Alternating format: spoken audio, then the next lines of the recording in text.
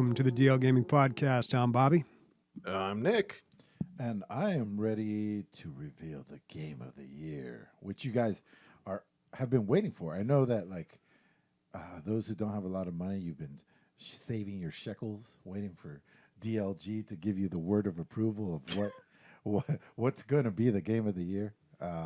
So hold on, and you might find out. Really building up the hype here. here. Why are they holding on? They're going to find out. We're going to tell them. We're going to tell them what to buy.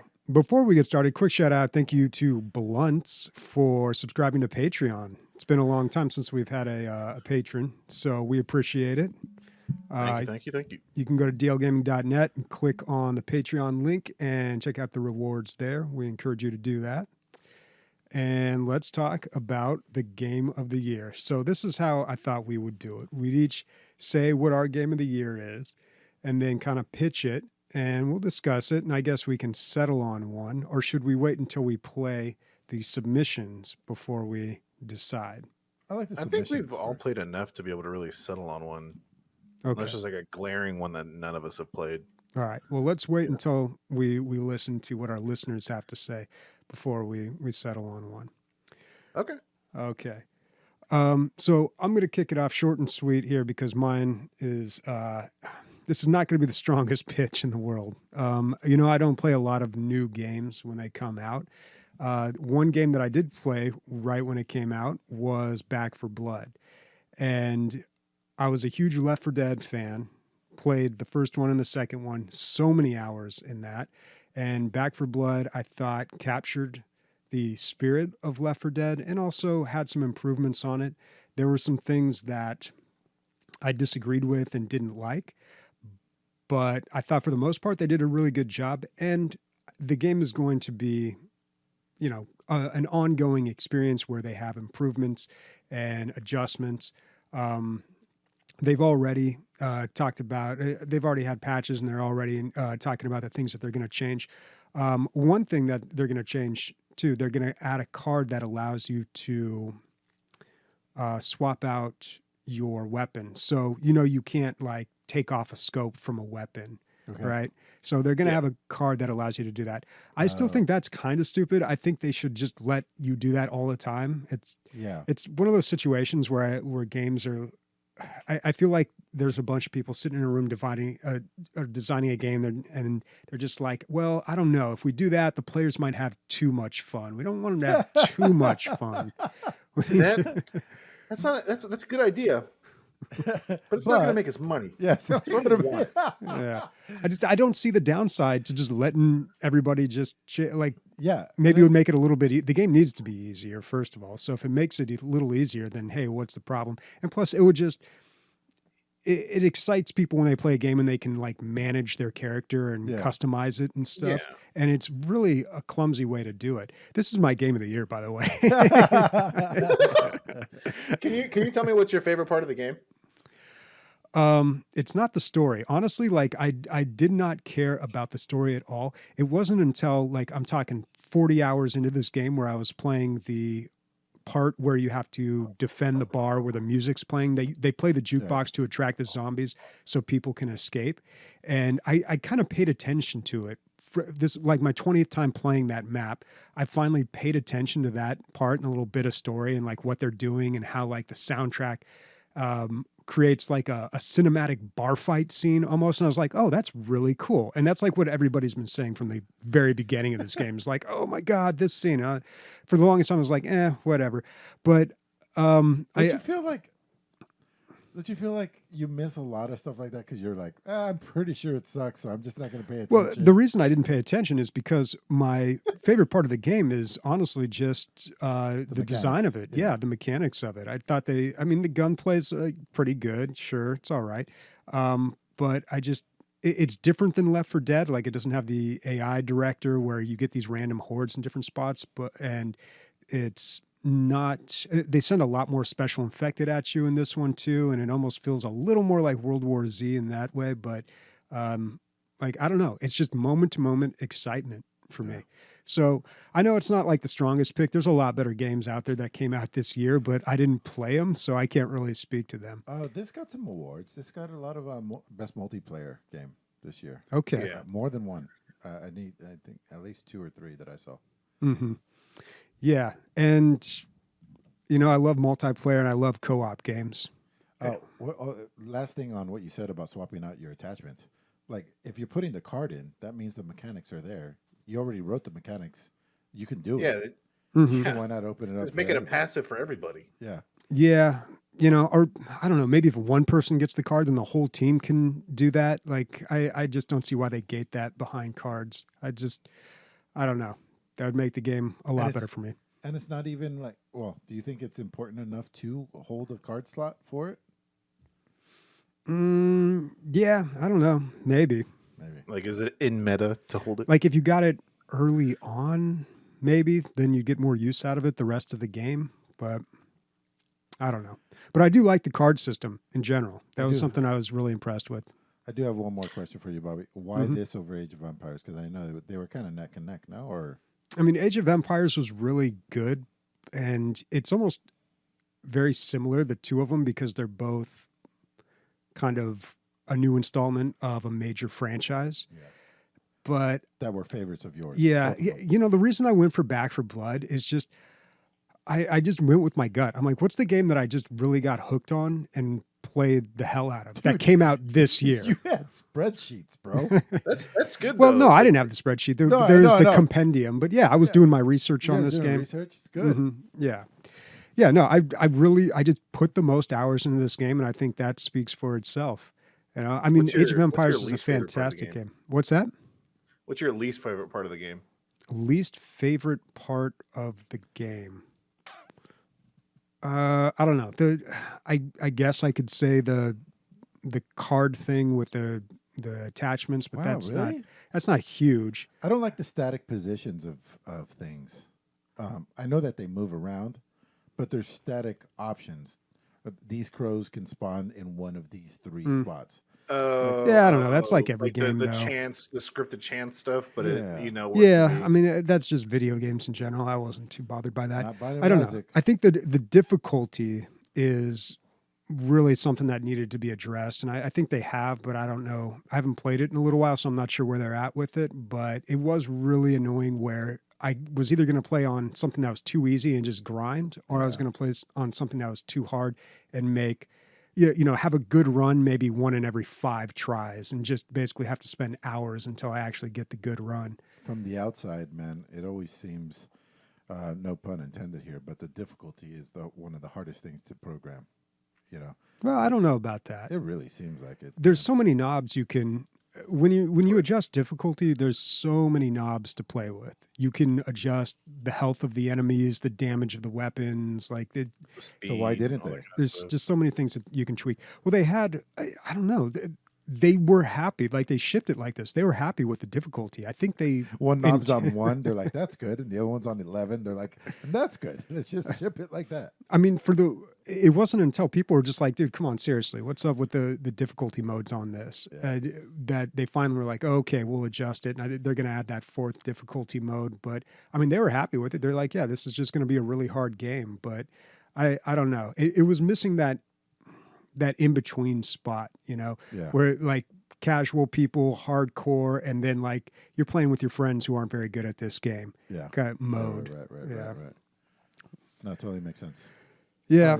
Okay. So that's my pitch for Back for Blood. Not the strongest one. What do you guys got? I chose It Takes Two. Okay. Dude, it won. So if you're gonna take its meta score, 47 Game of the Year awards went to It Takes Two. 47. That's fucking incredible. I think if a game, all right, I think if a game captures your attention, and it's one of those things where it's like when you get off of work, you're like, fuck, I really want to play that game. Like, it's the thing I would just want to do. Like, every time I got home from work, me and Leslie would be like, we gotta wait till me and Vivian falls asleep, and then we can play. Like it was a thing that we had to play it because it was just not only fun, but like it's just a really bonding game. The art the level design, everything is awesome. Like you go from like third person shooter to dungeon crawler like Diablo and all this other stuff, and it's always something new and fresh every time you play. I hardly ever felt like there was like a lull in the whole game, and it was just something to do. Like it was just always something to play, and it was just super fun. Um, the only negative, like my big thing about it is there's no replayability. But then again, it's a story game. How often do they have replayability? Well, it's a That's story and a my puzzle negative. game too, and yeah, those are hard to replay because once you figure out the puzzle, you figured it out. Like doing it Exactly. again doesn't really give you any Yeah, but satisfaction. even then, its original price was what, $20? Yeah, Yeah, it plus was like one person $20. buys It it was and the on other sale for person plays for 12. free. Yeah, Yeah, so and $10. so yeah, my least favorite part was, like I said, um the fact that there's no replayability. But my favorite part of the whole thing was like just the character design. Like the book is good, the husband like design, and like the way that each character is designed, like the elephant that the girl owns, like all that kind of stuff. Like each little character, whether they have like 10 seconds on screen or 10 minutes on screen, all of them are good. Yeah. I just thought it was just a great time. It's my game of the year. But yeah, It really is true, dude. The space monkey or whatever it was, he has a very small role. Like you said, like fucking 20 seconds of line. They nailed it. They nailed it all the way through with the voice acting. Everything was really believable. Yeah. And like you were touched on earlier, uh, the amount of different mechanics that they would throw at you, was great. I felt uh, like a lower budget game. Well, this is a $20 game, but like a lower budget game might do their entire game mechanics on the magnet thing that these guys did, or yeah. On like the throwing the nail and sucking it back up and then hammering it. That yeah, could be a whole game for some that's a company. whole game for another company. And then this one, every level is a new game almost. Exactly. And Yeah, that and that is why it's my game of the year. I think another thing about this, and I just thought of this, is that when you play this game, there's no point in this game where you're feeling like I'm being squeezed for money at all. Like when you play games, like you play games nowadays, and there's like DLC for stuff, or there's skins, or there's this and there's that. Because it's a story game and because it's so well designed, you're just like, dude, this is just fun, or this is just good story. Like there isn't ever like, oh man, I got to buy this DLC to be able to play this character. There's nothing like that at all. And I think that's one thing that I really like about it, is that it kind of feels like an older game. yeah, yeah. Just a game for game's sake. Exactly. Like it's not made to make billions. It's made for art, and it's made for a good fucking time. Yeah. And if you're gonna tell me what is he, the lead developer, that guy? They're the creative director. Yeah, creative director. Joseph Ferris. Yeah, you're gonna tell me he's not passionate, dude, about his work? You crazy? Are you crazy? That guy's on Yeah. cocaine every day for this job. um, yeah, man, I think it's a really good pick. Mhm. Yeah, What was your I'd choice? agree.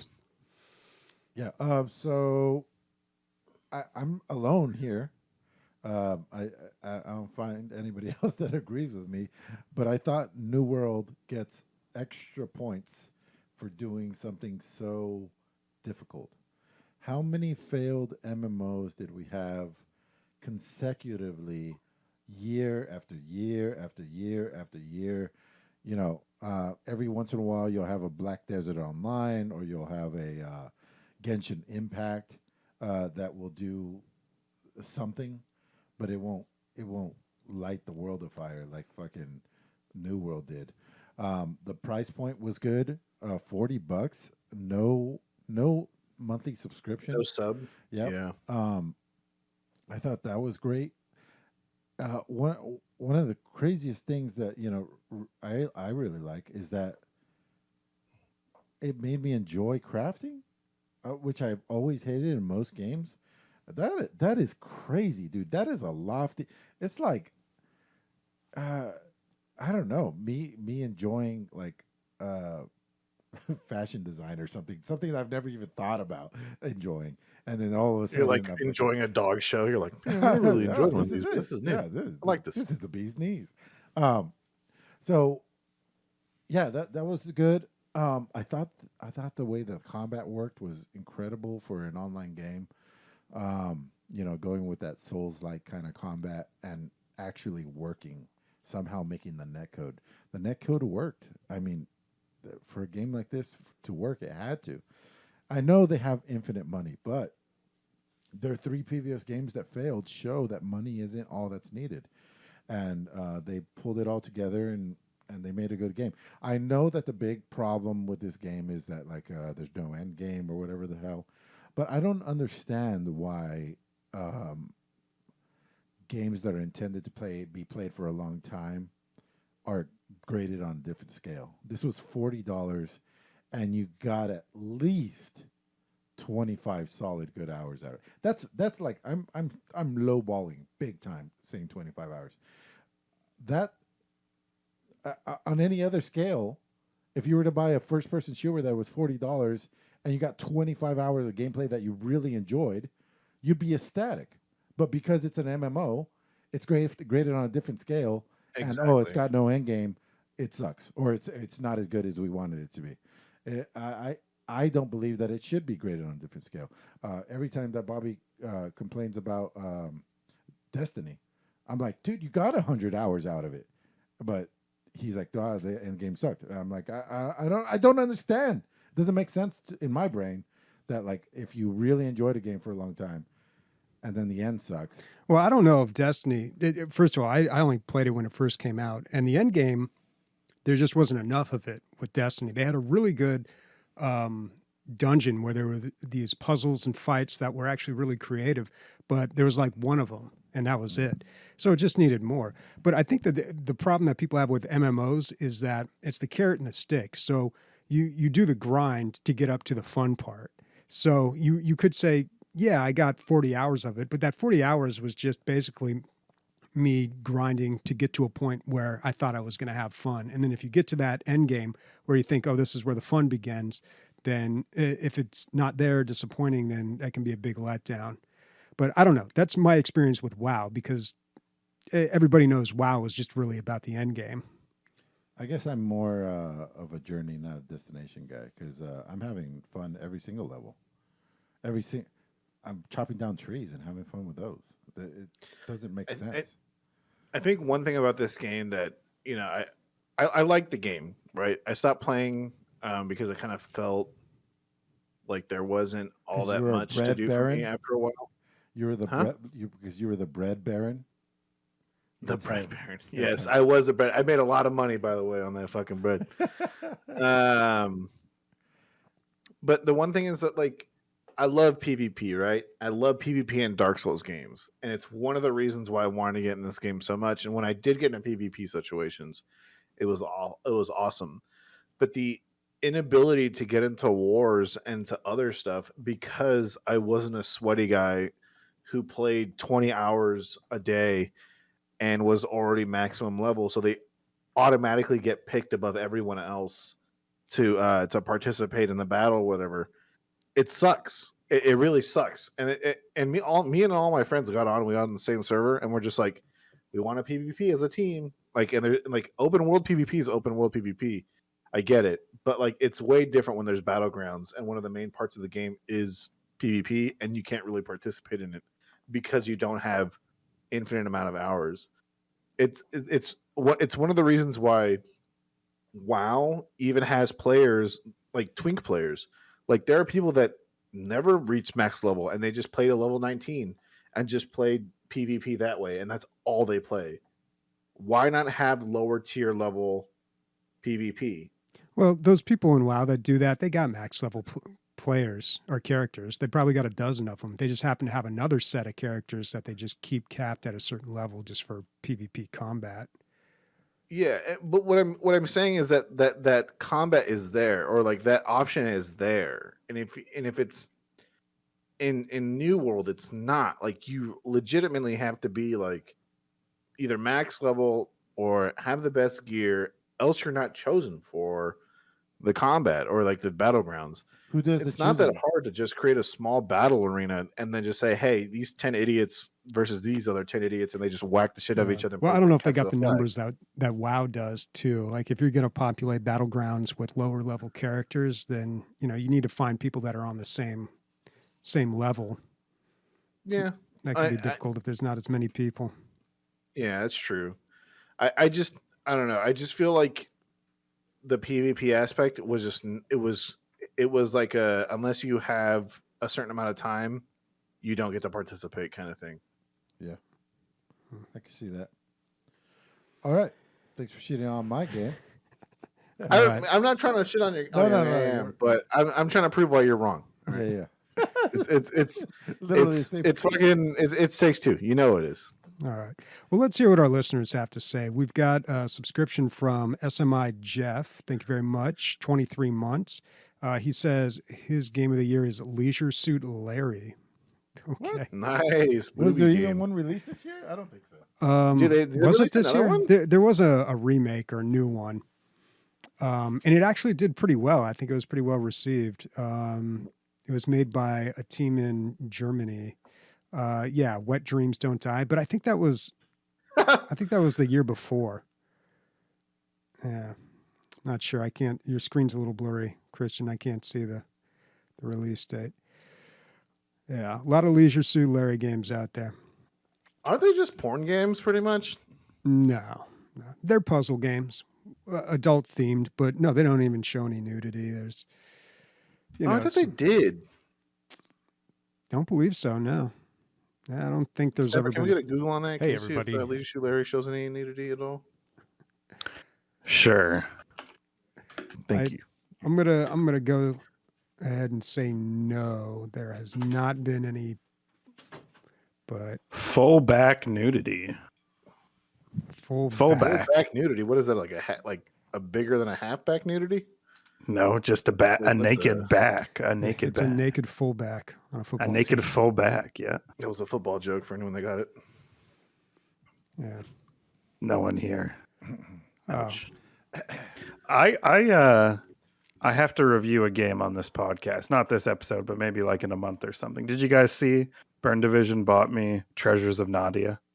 Ooh, no. Is that the porno game? Yeah, that is. Dude, the fishing game is so fun in that. Just wait for my review. Wait for my review. The fishing is very satisfying. Oh, dude, I want a full 15-minute review from you, man. I want to hear it on stream, on podcast. Like, I want a laser pointer. I want an Excel spreadsheet of why this game needs to be played besides boobs. Perfect. Yeah, there's lots of reasons. I was surprised. I was like, wow, this is a game. Like, not just for porn. Like, this is an actual fun game. So that's cool. I can't wait, dude. That's awesome. Bobby, did you play the clip already? No. While I was gone. Okay. Sniper, I'm sorry we missed you. What is your game of the year and why?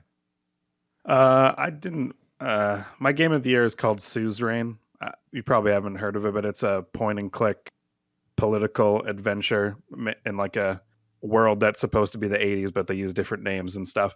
And its story was just so good, and it's right up my alley. And the decisions matter. Like, the nation goes into chaos. There's like a rebellion, and it's all decisions you made. You're trying to balance your work life and your relationship at home and raising your kids. Can you bring it up just so I can take a look at what it looks like? Sure.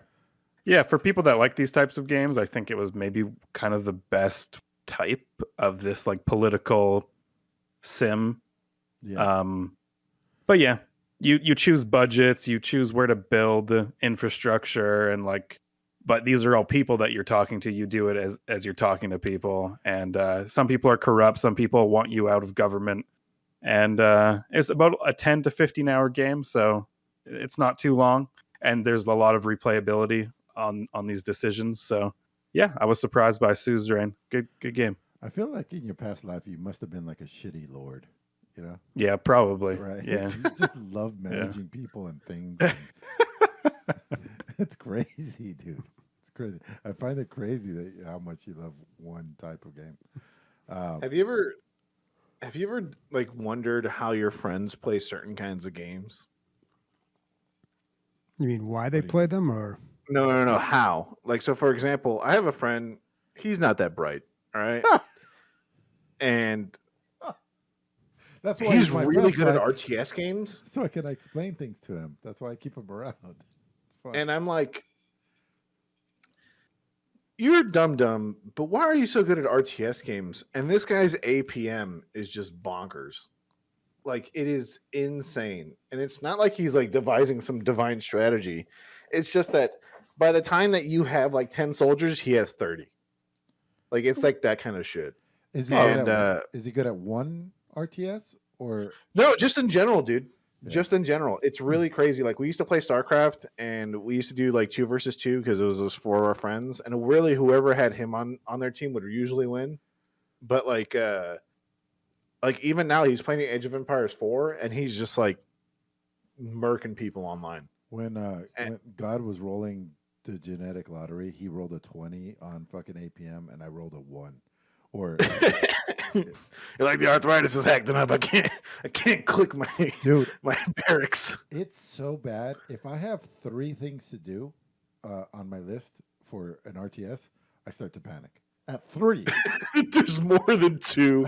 I begin to panic. Yeah. It's gather wood, gather rocks, and then boom, as soon as it's gather gold, I'm done. Gold? I'm What do you mean gold?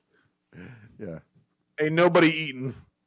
Wow. I'm glad you brought that up, Christian, in a way. I mean, first of all, when you first started talking, I was like, man, I'm sorry I asked. But like, somebody else is going to download this and have a really good time. Bobby's thinking about it already, huh?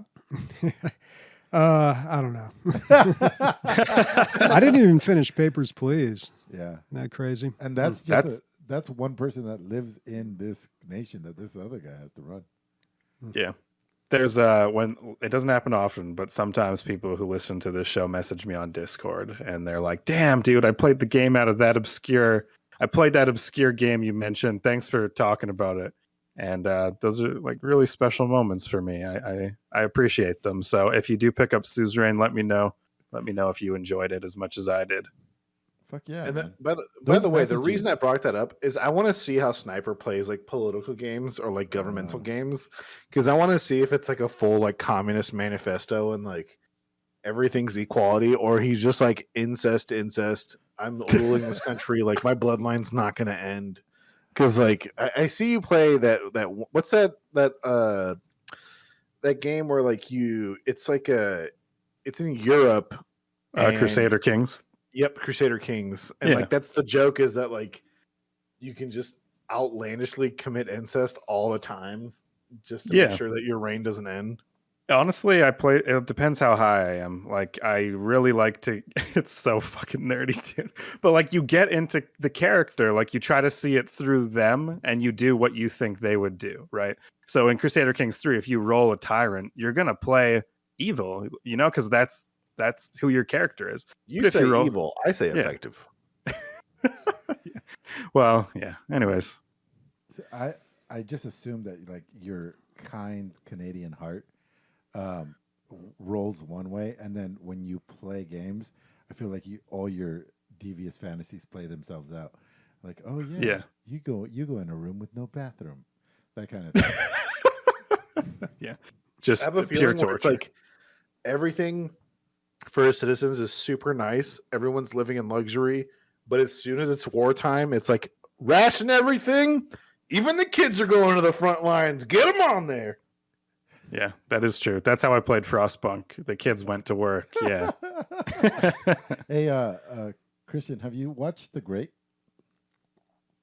Nope, I don't know what that is. Write it down. You're gonna need to watch it. Okay, thank you. All right. Thank you for that obscure reference. Well, let's hear what our listeners have to say for their game of the year. Christian, do you have that queued up? Yeah, I got recycled here. All right. Let's see. Hey everybody, I'm Recycled. My pick for Game of the Year is Forza Horizon 5. It's the best Horizon game yet. Blasting around Mexico, exploring ancient ruins, and running over cactuses in my Lamborghini Sesto Elemento feels more Forza Horizon than ever. The new playlist system is easy to follow, and the sick cars you get as rewards keep it exciting and keep me coming back. All right. And I'm honestly surprised this didn't come up from one of you guys, because I know this was a really popular game. No, dude, if I hadn't had all it came down to was technical issues for me. You know, I have to run it in administrator every time I play it, or I had to, and still, even then, I have hard crashes every once in a while, and it sucks because I'm having so much fucking fun when I'm playing. I just wish it would work for me better. You know, I'm almost starting to think that I'm having just PC issues in general. Some weird stuff has been happening lately, but a lot of people had these problems. Like, you know, Yeah, what you're describing, I've heard a couple of people have, like, always having to run it administrative. One of my friends is having the same exact issue. Yep. And dude, having a hard crash at the on minute 27 of a 30-minute race. Oof, is that rough, bro? You want me to tell you the worst racing game story I've ever had? It's one that stands out, Bobby. It's like the race. It's not all like that. Want me to tell you? You probably feel this, Emilio, because you used to be a PlayStation guy. So you remember Gran Turismo, right? Yeah. One of the greatest racing sims ever.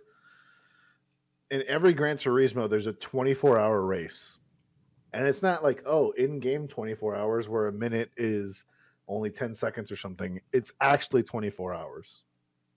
And in most of the Gran Turismos, if you complete the 24-hour race, even getting third place, you'll get like an Indy car, like an F1 car. Me and my brother, when I was like in the 4th grade, we were like, hey, man, we're going to leave the PlayStation running, which is a no-no in my house because my dad was like, you're not paying for the fucking electricity, so turn that shit off, all right? We plugged it into a shitty-ass TV that was in my brother's room that he would just have a bunch of Girls Gone Wild discs playing on the PlayStation 2. But other than that, we got to hour 19 in this 24-hour race. What ended up happening, my mom was cleaning his room and unplugs the PlayStation to clean under it. And we lose all of our progress, dude. Never again. Never again. I will never do a race that's longer than like an hour after that. Or let my mom near a fucking goddamn PC or a console or anything. Dude, it really sucks. I wanted to give this game of the year because, you know, all year long, all podcast long, since we started, I talk about minute for minute fun versus, you know, more on that later with our game of the weeks. But like, you know, how long does it take for you to start having fun? That has to go into the fucking equation. I don't care. If you got to learn a game for 3 hours to have 300 hours of fun, I guess there's a payoff there, but also having instant fun is worth something as well. And this is definitely stupid, dumb fun. And I love it. It's so good. All right. Well, let's hear what Zap has to say. He's coming on. There we go. Hey guys, this is Zap here. My pick for game of the year for this year is going to have to be Guardians of the Galaxy. While it wasn't the most technically impressive game or most innovative game, it was definitely the most fun I had with the game this year, and I think that's what it's all about. Okay. So Guardians of the Galaxy, I know that got some recognition here and there. I think the PC Gamer Awards gave it something. And I got to say, this game, I didn't play it, but I'm kind of surprised because anytime I see a game based on a movie, I kind of dismiss it. But every now and then you get a really good one, you know, like that Mad Max one. And people have really been talking up this one, and the Steam reviews have been pretty impressive as well. I think it got best characters is what it got for PC Gamer. Best characters. Yeah, and I think it was nominated or it received like best story in the Game Awards. Man, it's crazy how the other Marvel best narrative. Yeah. It's crazy how the other Marvel game just fell on its face, and then this one did so well. And you know what? I feel like the difference is people caring. Well, this one's a campaign, right? This is like a single player campaign. The other one was like an online service type game. I bought this for JP Diddy for Christmas, and it's one of those things where I didn't want to let it go. I was like, "Yeah, this is for you." I'm like, "Here you go." Right after I gave it to him, I was like, "We should set up family sharing." He bought me Deathloop though, so I'm stoked on that, and I'll talk more on that later. Yeah, cool. Diddy's essentially family. At Yeah. this point. Yeah, well, I gotta say, like, I am intrigued by this game, Guardians of the Galaxy. What's the price tag on this? I want to say this is fairly expensive. Yeah, $50. No, it was or $38.99. yeah, Okay. it was $38. Yeah, that's on sale Okay. right now. Bobby, what was I gonna say? Did you? What the fuck was I gonna say? Fuck it. Let's get Okay. over Well, it. Zap Goddamn. also says honorable mention for Unpacking. I'd say it's like one step removed from a digital toy, but it was definitely enjoyable. Really interesting way to tell a pretty detailed story all through inferences. I liked it. It was really cool to put together an entire person's life just from their stuff. Yeah, Unpacking. Oh, That I've was never that. seen that before. That seems kind of cool. Yeah, it was a small game, but a lot of people were talking about it. It kind of a simple game where all you're doing is like you've moved into a new place and you're just unpacking. But 92% on Steam, so people enjoyed it. okay. Oh wow, I might have to get Leslie on that or something. I don't know. That seems kind of cool. Mm-hmm. Yeah. I wonder if they have a level where you pack instead of unpack. Or if It's the last level. You're like, we're getting evicted. Pack up. The worst part. You know those heartfelt Google commercials where, it's just the person, they're like, how to impress a girl, and then it's like how to build a crib, and then it's like how to take my daughter to prom. Have you guys seen that? Wait, how to take Yeah, my daughter I know to what you're prom? talking I'm about. sorry. Can we back up to that one? How to prepare my daughter for prom, something Okay. like that, Yeah, for graduation or something. Okay. Yeah, this is like the vibe this game gives me. Telling a heartfelt story through like something that you would do all the time. That if you just Through unpacking instead of Google searches. Yeah, like if you just looked at someone's life and all the unpacking they've done, you could probably tell like a pretty cool story about their life. Mm-hmm. Bobby, I want to give you a compliment. Okay. Watching a movie after you've talked about it sometimes makes the movie so much better. I watched Mad Max yesterday. Oh, okay. Yeah. And Fury Road. And the way you were talking about, like, they don't tell the backstory of how their religion works or how these people live. It's all told. The whole story is told during these action sequences. Yeah. Fuck, man. Mind blown, dude. Isn't that so fucking cool though, dude? So like that's cool. one of the best parts of that movie. Yeah. Is the fact that none of it's explained, and that's why I love lore movies like Rogue One. Anytime where you get stuff just from what you're seeing on screen is so good to me, and I love Mad Max, and I wish the second movie that's coming out, the one with the lady with one arm, where they're explaining how she got her like status. Yeah, well, I don't know where it takes place in the timeline. I haven't heard much about it, but yeah, it's supposed to be based off of Furiosa. Yeah. I can't wait for that movie to come out, because if it's the same fucking director and all that other shit, dude, I'm gonna watch that movie instantaneously. Like that kind of stuff, I love. I love Mad Max. I remember that when that movie came out, everybody was talking about it. Yeah, it was great. It was great. You won't get that kind of world building with Book of Boba Fett, let me tell you. Oh, dude, that piece of shit. Oh my god, it's good. Oh boy, it's good. All right. Well, there is a wrong game of the year, guys. There's a right way and a wrong way to do that. So Mad Max did a great job on Boba Fett. Mad Max did a great job of like doing that right, but every now and then, or most of the time, I'd say I watch movies and the world building like really sucks or it's really on the nose. And the one I always think of is Force Awakens, where like I think it's like when we first meet Han Solo, and then he runs into those bounty hunters, and they're just like blah blah blah. Well, Conja Club isn't happy with you, and if Conja Club doesn't, I'm like, dude, who the fuck is Conja Club? Why do you keep mentioning them? Like they keep pushing this.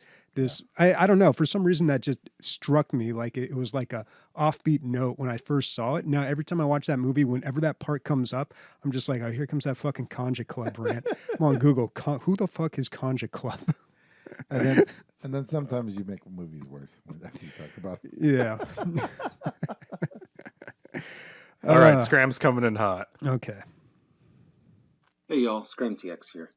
My game of the year was a tough call between Unbound Worlds Apart and The Eternal Cylinder. Unbound is a great indie 2D puzzle platformer, but The Eternal Cylinder won out for me with its completely unique concept. It's a survival game where you're running from this endless steamroller-like cylinder while building up a team of cubert-shaped creatures that mutate and change based on the food you feed them. The enemies are unique and interesting, and the whole world is just beautifully crafted. Top it all off with a story that's good, well, good for a video game, and the Eternal Cylinder rises up to be my game of the year. Oh, wow. No, Okay. yeah. Now, Bobby, you played the demo. I played it in beta, then it came out and I started playing it again and I didn't finish it. Yeah, so this is a game that I definitely have to go back and finish. This is by Ace Team, that development team that I'm always talking up. But yeah, I'm glad that he mentioned this. I'm glad this got some recognition. Fuck yeah. Is Cylinder 1.0? Mm-hmm. Yeah.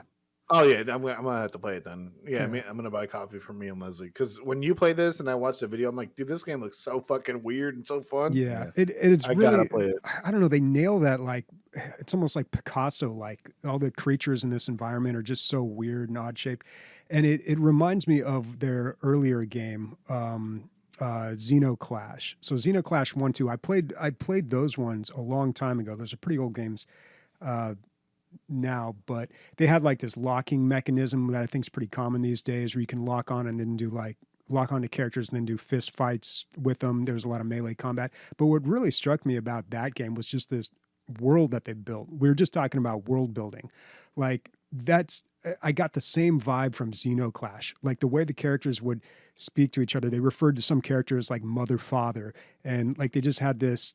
You could tell like a world existed beyond the scope that you were looking at. And it was this weird, bizarre Picasso-like world. And then Eternal Cylinder kind of brings it back to that style. You've got these characters that look like they're out of like a Dr. Seuss book or something, almost like a twisted one. But so it was only on Epic, right? That was the big problem, I think. Yeah, it was exclusive on Epic. I don't know if it still is. I have a feeling that it is. Have you played it since the 1.0? Mm-hmm. Okay. Yeah. All right.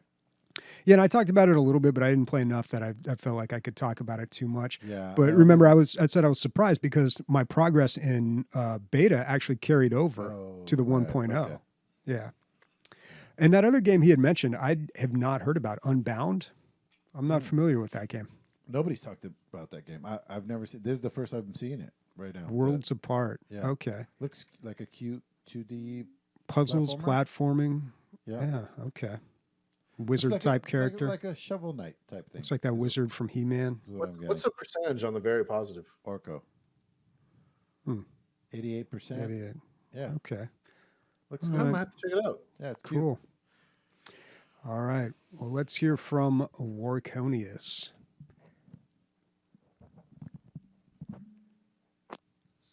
Hey, DLG family. Warconius here. Asker of many questions. Many questions. But now I'm not going to ask a question. Now I'm going to give you Game of the Year. First, for some runners up, I loved Artful Escape. It's like a David Bowie simulator. Awesome music, guitar, visuals, art. Play it. It's on Game Pass. Do it. Psychonauts 2. Tim Schafer's back. Writing's awesome. The platforming's so cool. The comedy, the laughs, the cries, the artwork. It's such a good game, and it came so close to being my Game of the Year. I highly recommend that, and it's on Game Pass as well. My Game of the Year is Forza Horizon 5. Mexico's awesome in it. You're racing cars, trucks, tractors, motorcycles, everything basically, and you're tearing through a beautiful landscape, running over chickens and doing God knows what. It's such a cool game, and hey, Mexico's awesome. Shout out to Mexico. Kudos to Mexicans. The flag is cool. It's just like the Italian flag, same colors. Mexicans do so many different things with corn. That's really neat. He's really trying to Mexico get the Emilio City, vote it here. Makes sense. Like your capital city is, of course, going to be called Mexico City. I wish we had a Canada City, or maybe there should have been like an Italy City. I don't know, but it's kudos to Mexico, and Game of the Year is Forza Horizon America 5. City. See ya. I would not. First of all, before we critique that, I want to thank Mexico for my dad. and for Emilio. Thank you, Mexico. I never really thought about that. Their capital, Mexico City. Yeah. It's just like, okay. I would They're not. like, what do we call it? Country City, Mexico City. Got it. All right, we're good. I would not Right on the live in books. I wouldn't live in America City. I would not. Can we get an America City? Where's that going to be at? Is that like Wow. in Minnesota? Are we sticking really in the need middle of to- the country? I really need to go, man. Sam and I. So the UFC has done 3 shows in Mexico City, and I keep saying next time that they do one in Mexico City, we're going. So we're gonna make a whole plan out of it. But yeah, it's the if it is not, it has at one time been the most populous city in the world. It was. You My dad would never stop talking about it. Like, Mexico City es la más grande ciudad en todo el pinche mundo. Yeah. And You I'm can't- like, all right, Dad, I get it. Stop Sure. yelling. Traffic was so bad that you could only drive your car if basically odds and evens. If the Yeah. last license plate number in your car started with a certain letter or ended whatever it was, you could only drive on like Tuesdays, Wednesday, or whatever it was, every other day. That's how that was their solution. I feel bad for people living in San Diego because a lot of us, our impression of Mexico is Tijuana. Right. So I don't know. Like, there's so much more to Mexico than that. Like, there's a lot of beautiful architecture and some really creative people coming out of Mexico. But then, like my experience with Mexico is, getting into all sorts of trouble down in TJ when I was young because the drinking age is 18. Bro, there's no smoking age. There's no smoking age in Mexico. Mhm. I remember being younger, and so I've been to Mexico about 4 times in my life. 5 times in my life. I remember going when I was 11 and seeing somebody that was smaller than me and asking my dad, I'm like, Dad, are those real cigarettes? And he's like, yeah, those are unfiltered Marlboro Reds that 9-year-old has in his mouth. And that was the most realest shit. And that's when I realized that Mexico is on a different level than America when it came to laws and stuff. It's I almost was like 11. it almost doesn't matter what is against the law or in law because there's so little law enforcement. Mhm. You can Exactly. basically do whatever you want as long as you don't draw too much attention to yourself. Or you pay off the right people. Really, Or if really, you're it a- is the land of the free over there because, like, Dude, I it's mean- so free that the Mormons went there. Come on. yeah, exactly. Yeah.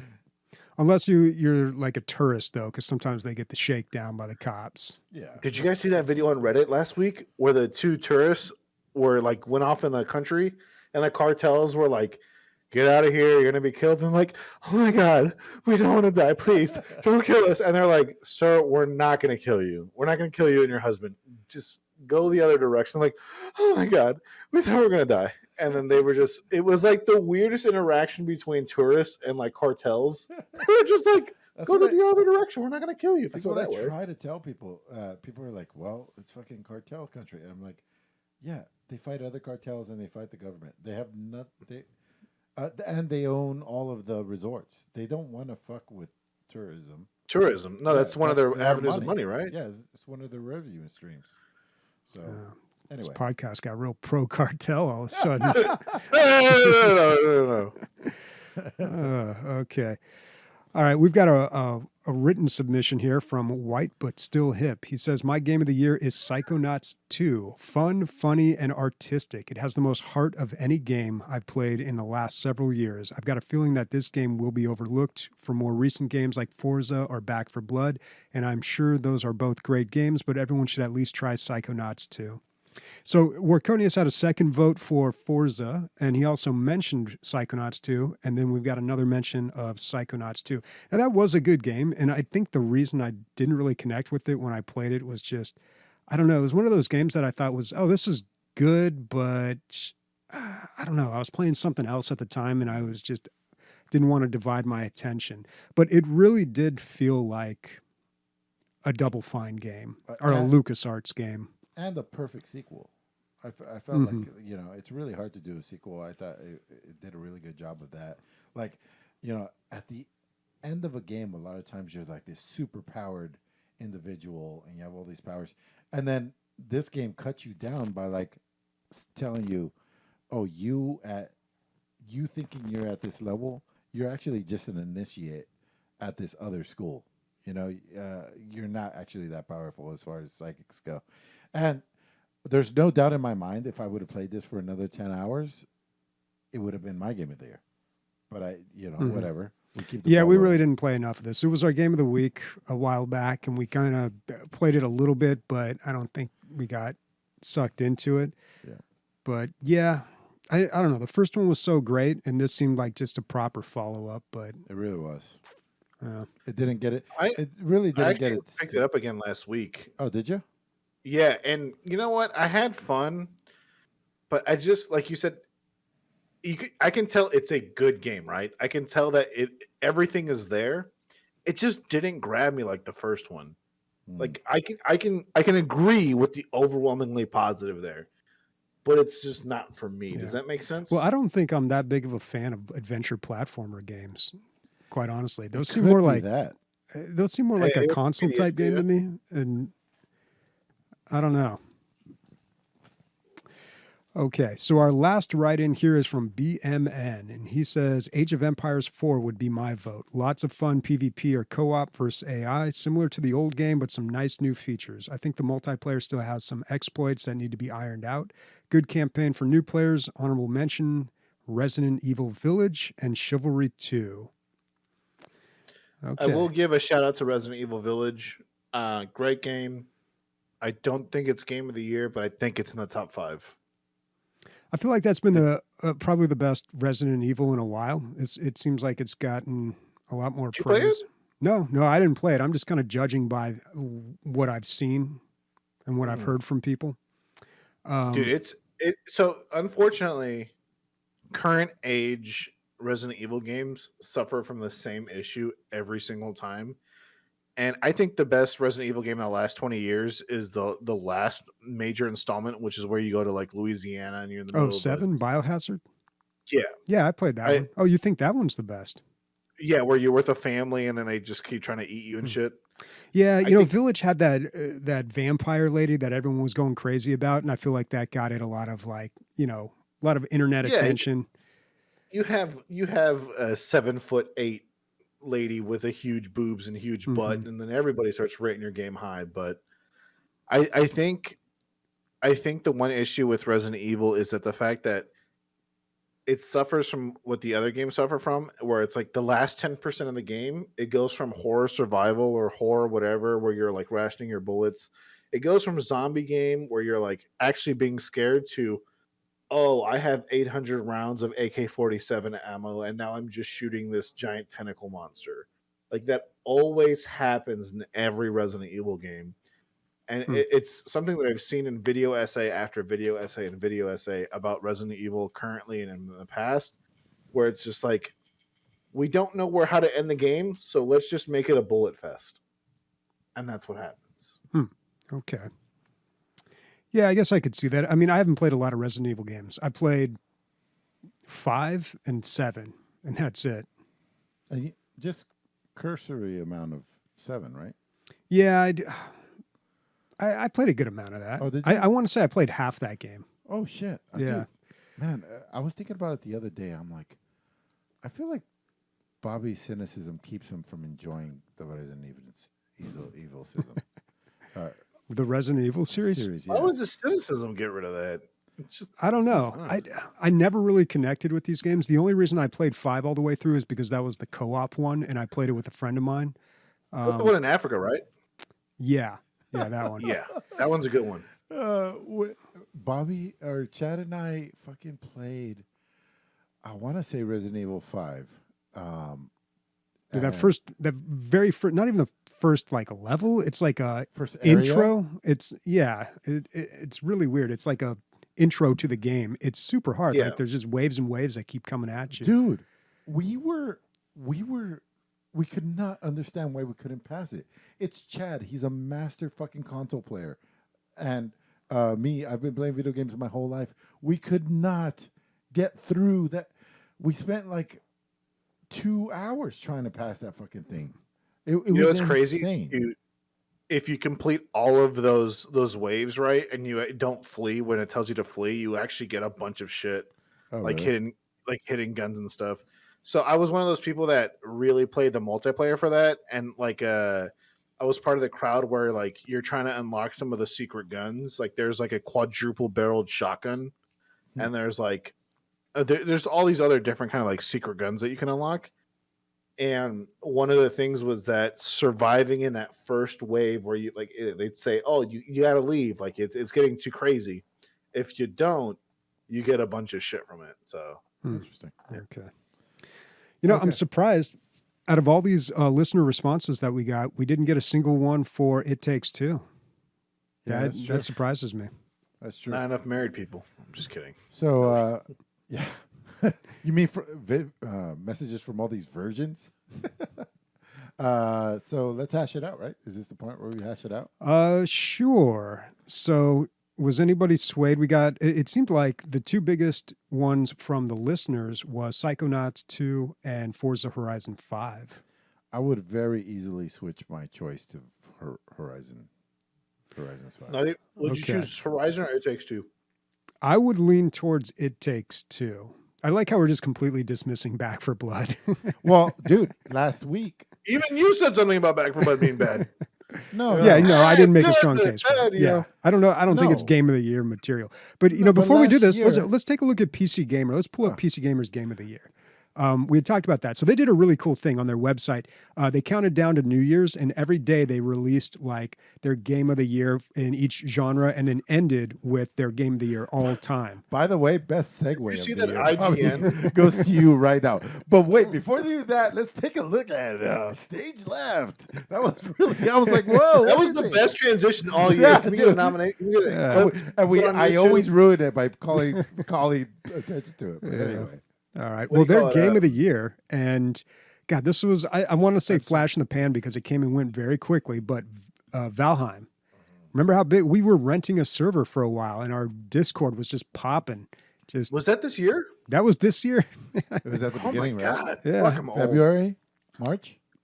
Yeah, it was a while ago. It was long enough to go that it feels like it was possibly not part of this year. But yeah, that game, I don't know how it's doing now, but I remember that game just being the biggest thing. I've heard nothing but good things. I've heard that it keeps getting updates and it's still like going very strong.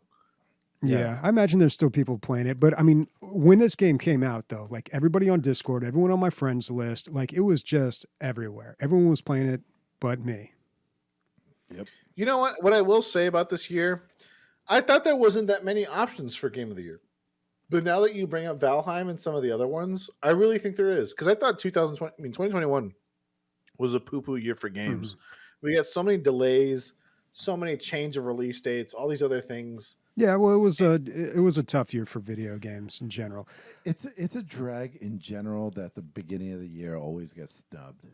It just sucks. Like, why would you want to release your game in the first of the year? Because you're not going to get that second bump of Well, that's what they sales. do, like with movies. You know, they'll release things in January or February that have like no chance. Although the one time that didn't happen and one movie just defied all odds, came out in January and then ended up getting a ton of awards, was Silence of the Lambs in the early 90s. Crazy. Yeah, nobody expected it. It's like a Roger Corman film. Like everyone's just like, yeah, who cares? And then this ends up just sweeping everything. But Because again, it's undeniable. it is a great movie. Yeah, Yeah. it And is it's the only time a like piece of people art. like to say like, oh, that's the only horror movie that ever won Best Picture or got any Oscar recognition. And I wouldn't even they- call it horror. and that's what a lot of people do. They say, well, it's like a Psychological drama, thriller. right? But, It's a psychological, it's a psychological drama. but games can do that too. Like if a game is big enough, I feel like it can stand the test of You'll time. remember It it. also Yeah. depends on what kind of game it is too. You know, if it's an ongoing game, then that helps it.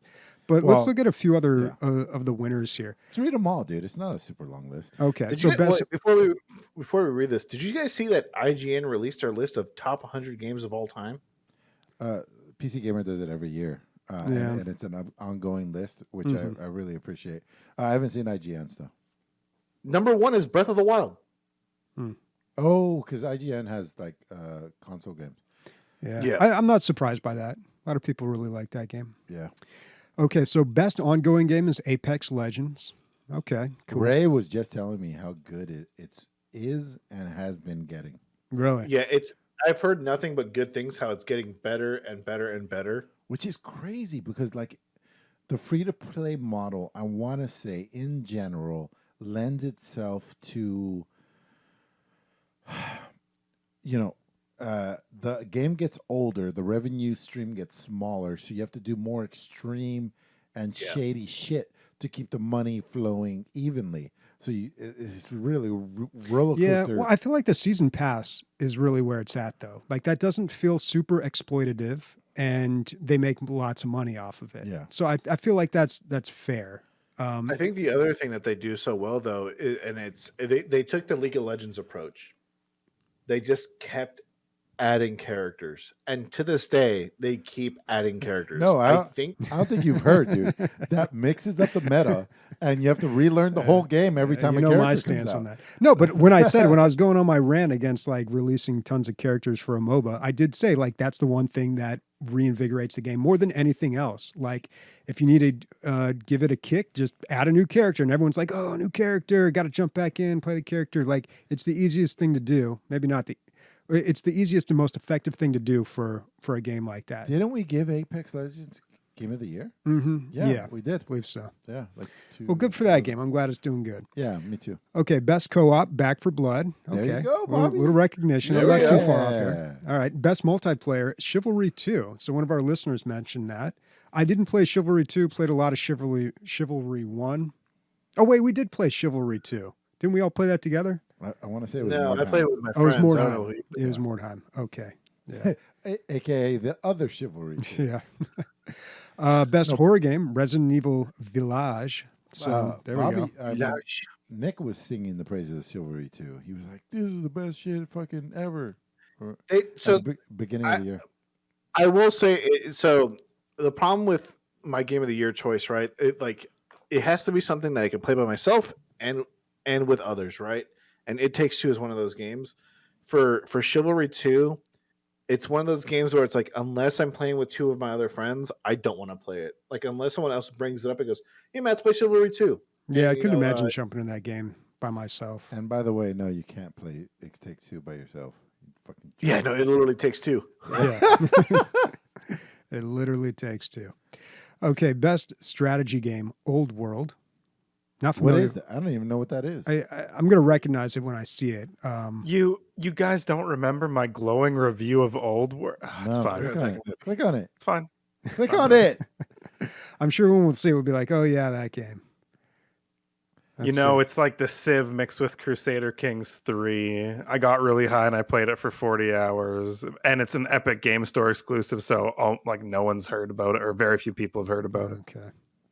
Got it. No, it's okay. It's fine. This game is for me. No one All else. right. Well, apparently, best strategy of the Yeah. year beat out Age of Empires 4. Yeah. Okay, best characters, Marvel's Guardians of the Galaxy. There you go. Okay, this game, best RPG, Wildermyth. I want to play this so Never bad. heard of it. Clicked on that link, checked it out, and like, oh my god, dude! Like just from the screenshots and the Steam page, I was like, I want to check this game out. Never heard of it before until I saw dude, this I list. put it on the radar, and I brought it up a second time this year. Really? Yeah, twice we talked about this. I don't. game. I don't know. I feel like we do go through a lot of games here. We do so go through a lot of Some games. some slip through my brain, but I feel like I think it is. generally you just disregard whatever I say. Well, it's But- also the name Wildermyth. I mean, I don't know. That doesn't really have a. and I've name heard that people sticks. talk about it, and apparently it's fucking really good, man. Okay.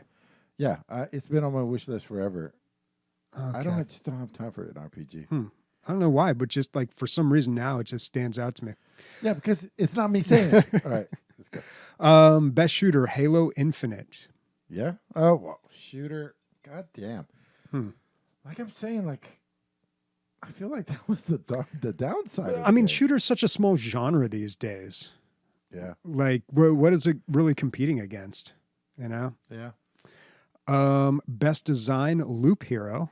Yeah. Okay. It was very original. Yeah, it was really original. I had mixed feelings on it when I played it. I played a lot of it actually, and I had a real hard time connecting with it because as interesting as the design was, it also totally seemed like something somebody had made with like RPG Maker, which was Which the they case. did. Yeah. Yeah. But I'm glad that game was successful. Yeah. Best narrative, Sable. I'm going to go with that. I think that's yeah, you're right. It's sand, right? Yeah. I don't think it's Sable. Yeah. And I've heard this is a good game. Never I forgot played what it. it's about. Yeah, it takes place in the desert. It's like a really story-driven game. I need to stop playing Magic the Gathering so I can play more games. Best Bro, you play open Magic world. together because you're at work. Oh god. Best open world, Forza Horizon 5. Okay, that's weird. That's open world. I would think racing game, but it's been explained to me how that is an open world game. Dude, nothing's stopping you from trying this game. I know. Is it on Game Pass? It's on Game Pass. Free, yes. It's a Okay. It's a Microsoft Microsoft game. game. Yeah, Yeah. I guess I could, Yeah, it's. but I don't fucking know. I'm fun not for really into fun's sake. car games. I don't know. I have a binding contract for life for Gran Turismo, and the next one comes out in like 4 months anyway. So Okay. I'm not playing Forza. So I'm driving through like the West Coast, and Christian, who's been all around Mexico, he's like, "Oh, that's Baja right there for sure. It looks exactly like Baja." I was like, "Yeah, let me show you this other area." So and then I went to La Selva, which is the jungle, which is like where all the statues and stuff are. I mean the pyramids, and he's like, "Oh shit, this looks exactly like it." I was like, "I know it's not it. It's like a video game represent because the names don't match up or anything like that. But it looks exactly like those places in Mexico. They fucking killed it." Okay. Yeah. Best action game, Deathloop. So more on that later, but I've been playing it. All right. Best stealth game, Hitman 3. Didn't play it. Didn't play it. Didn't play it. I've never played a single Hitman game. Those newer ones. I don't think that fucking stealth should It's like have its own a- category. Wow. You should have best fucking roguelike. Fucking assholes. Bullshit. Yeah, why isn't that a thing? Roguelike is such a popular genre. Because it's not 2013, dude. We've all moved on. Wow. They don't have best MOBA up there. By the way, Deathloop They don't is have best fucking MMO roguelike. either. They really don't have like a lot of genres. It is kind of interesting to see which ones they've omitted. Yeah. And then they've got staff picks there. Nothing there really stood out to me too much. You know what? I read all the. This is funny. Maybe they told them not to do that, but I read all the staff picks, and none of them were one of the things that were on the rest of the year. Yeah. Which maybe they were encouraged to do that, but also on top of that, Evan Lottie picked Battlefield 2042. Oh wow. Okay. Yeah, that's where you fire Somebody picked Magic He's the boss. Gathering, He's the CEO, I think. and somebody picked Scavengers. Remember that game? What happened to that one? You guys really like that. I thought it was pretty What'd good. you say, I don't think Magic it the caught. Gathering? Where though. is it?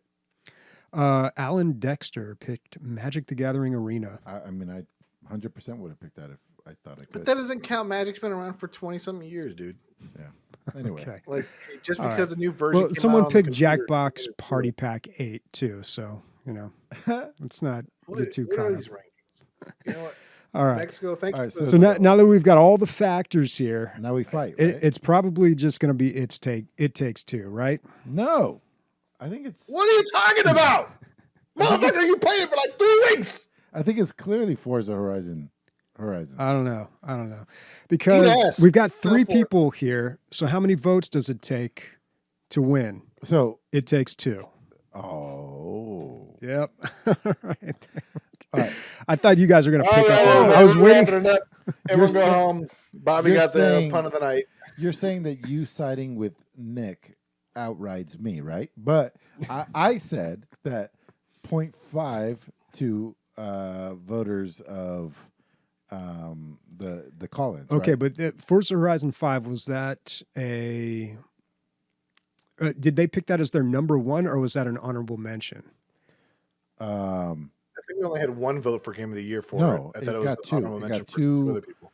It got 2, not mentions. It got 2 Game of the Nominations? Years. So I believe we're tied because you're 1 vote, you're 1 vote, they're 1 vote, and I'm 1 vote. So And I could be Okay, the that makes sense. tiebreaker. yeah, that's I what could be the tiebreaker. That's what I was thinking. I think we end on a cliffhanger here. Christian, you play both, and you get back to us, oh, you already played one of them, which you didn't care for. If I remember right. Unfortunately, I didn't really. Yeah, It Takes Two didn't take me. Yeah. You know. Yeah, it's so much worse when he tries to do it. You know what I mean? You know what? We need a new assistant. There's a reason. There's a reason he's behind the camera. So that was a great pun, and you guys don't need to fight anymore. Obviously, the game of the year was Suzerain. Thank you for everyone who participated. Wow.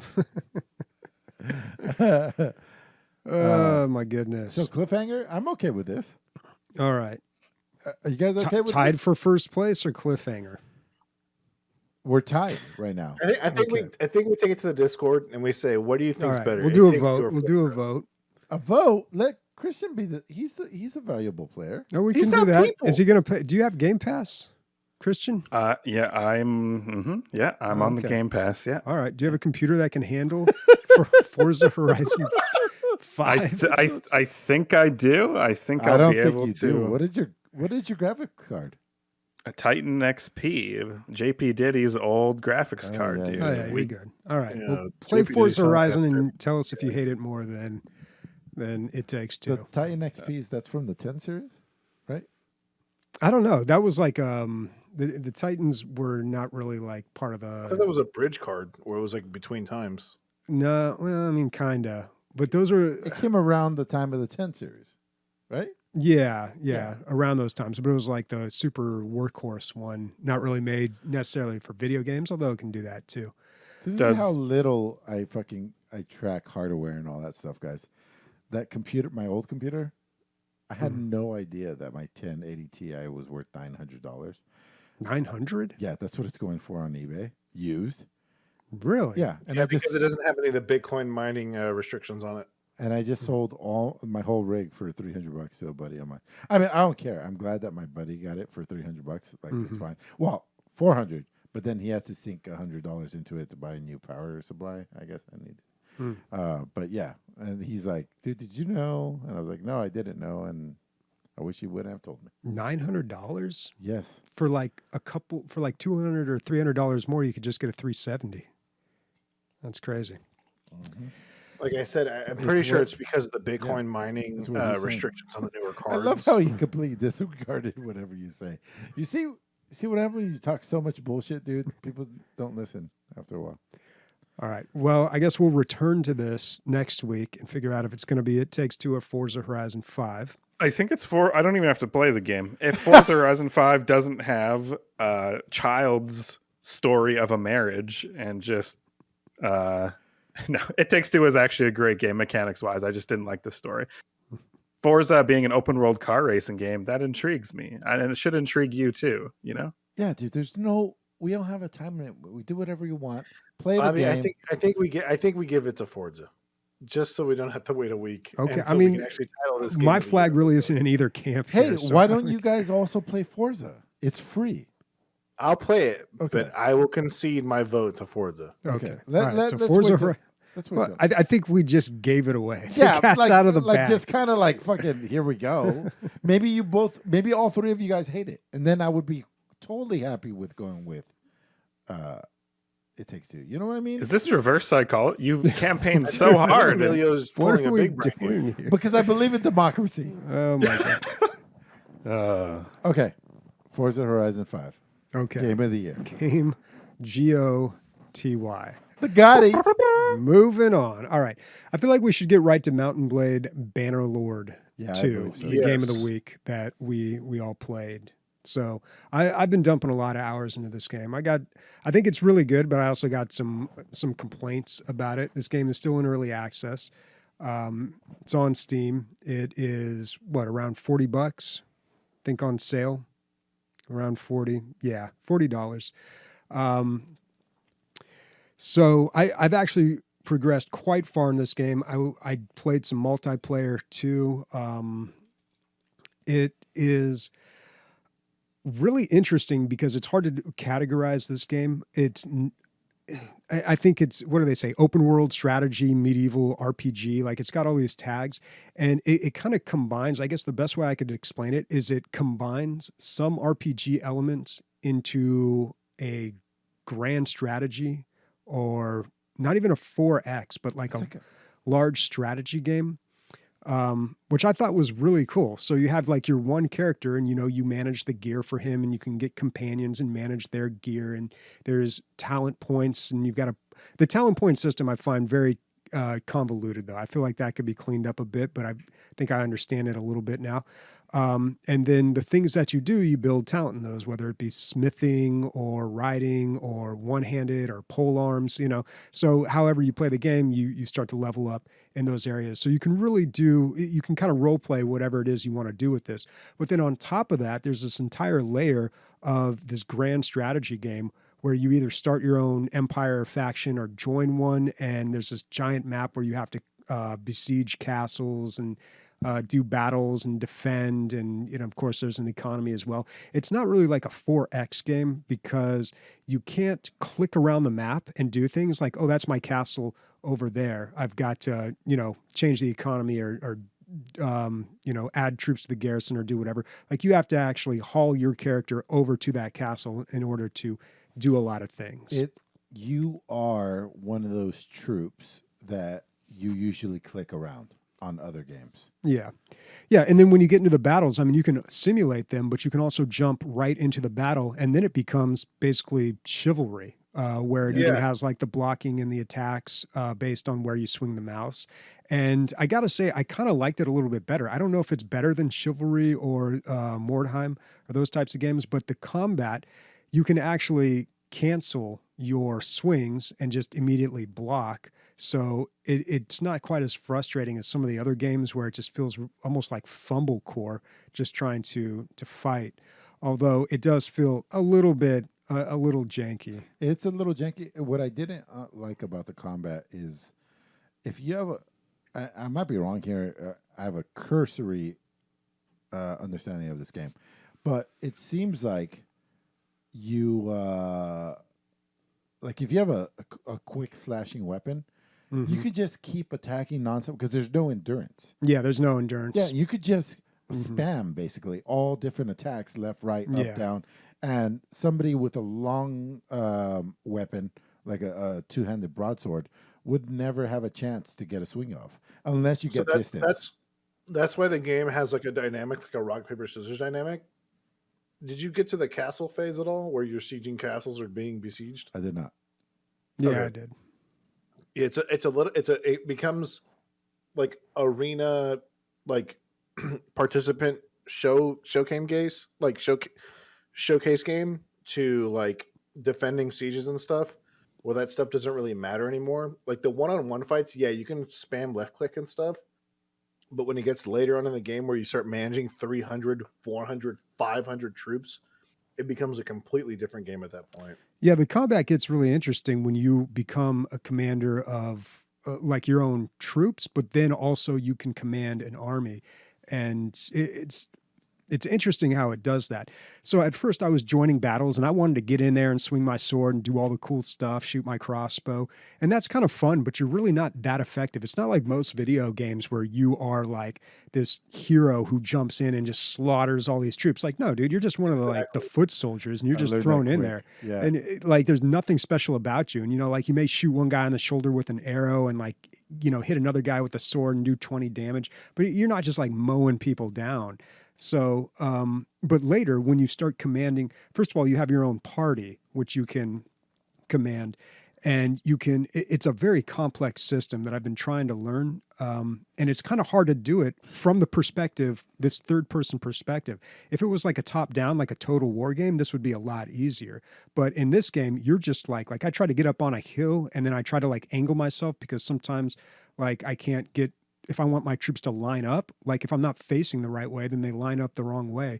So I try to get my archers in position and then, my horse archers over here. And it's almost like you're a sergeant in like a modern thing. You have a small group of people. That you're but then when you start commanding armies, like later you can take all those different parties.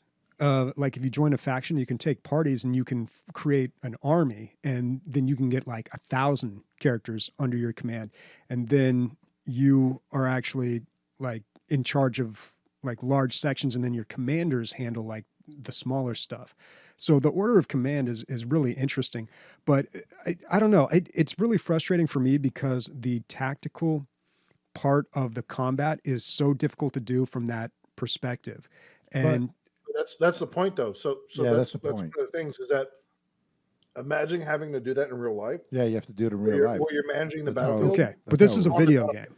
This isn't real life. Right, but this I know, game, but they're trying to be like real life. but this I- game is a simulation. Yeah, it's a it's like a simulation medieval simulation. Okay, I of get that. feudal combat, right? So you have to like manage these people to tactically attack and do things from you sitting on your horse. If you're lucky, you're sitting on a horse, and it all devolves into chaos.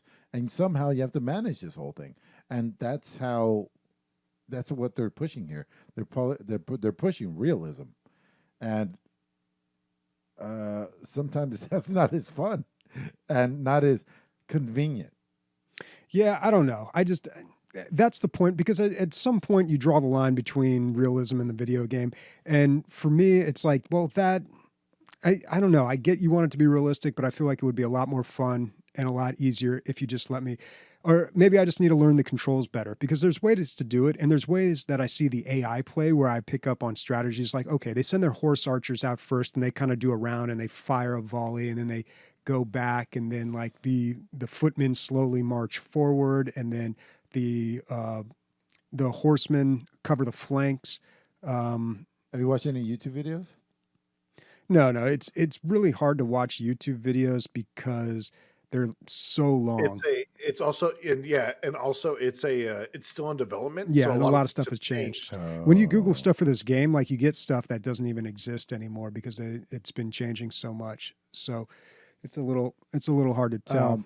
I do want to talk a little bit about the character creation. I thought it was really, if not original, okay, because I've seen that kind of stuff before, but not to the point that they did it. So whatever, your guy, fat, big, strong, fat, whatever, skinny, whatever you want, normal stuff. And then your attributes are attributed by things that had happened in your life. So early, you tell a story. So you pick story. a story, and then that determines what attributes you get. And by the end of it, you're picking so many stories that you're just looking at the stats. At least that's how it was for me. But at the beginning, I was like, oh, did I kill a wolf as a child, or did I cower and sell party favors? Like you pick these things, and you get stats depending on how you played it. And you can RP this super hard, and you could just play it RP and not try to min max or anything like that. And you could get way more into your character that way. I feel like a lot of how all of this happened is kind of like how this game lays it out. I think that one charismatic person just kind of keeps winning battles, whether by luck or by strategy, and then eventually people follow him, and then you end up being a warlord. I really think that's kind of how it was. Well, there's a lot of paths. Nobody's born a warlord. Yeah, nobody's born into conquering. I mean, what I want to know is, what was your guys' builds like for your initial character? Because the beginning of the game, the first 30% of the game, is you on the battlefield most of the time fighting small squads, anywhere between like 5 to 20 people. What build did you guys go? I mean, initially, I remember taking a lot in crossbow, and I had no idea what I was doing. So if I would do it all over again, I'd put a lot into riding, because that really, really comes into play a lot more. And also, I ended up just using a one-handed sword and a shield. It's just the easiest way to fight. I did a lot of tournaments, and those were fun at first, but now they're pretty repetitive. But just having a shield and sword is like the easiest way to fight. It's so easy to block. When I was getting into the battle, so I went with polearm. I wanted to be a barbarian with two-handed sword, and I tried. I don't think you can dual wield. You can't. You can't dual wield. Oh, you can. Okay. No, you cannot. You cannot. Okay. No, I didn't think not so. dual wield. Two-handed sword. Oh, okay. Yeah, like a big fucking two-handed sword. Yeah, and I guess they're in the game, but it's not a default weapon. Like only the no. So that is a late game build. Yeah, the Any polearm was two-handed weapon build or polearm build yeah. are late game builds. That's basically all I could do, and I felt really neutered, but because this game does not hold your hand at all. It's pretty intense game. This is something that you really dump hundreds of hours in. Well, I looked it up on how long to beat, and it said like 37 hours, and that's weird to me because I'm at like 46 and 46, Bobby. Yeah, I've been playing this game a lot. Holy shit!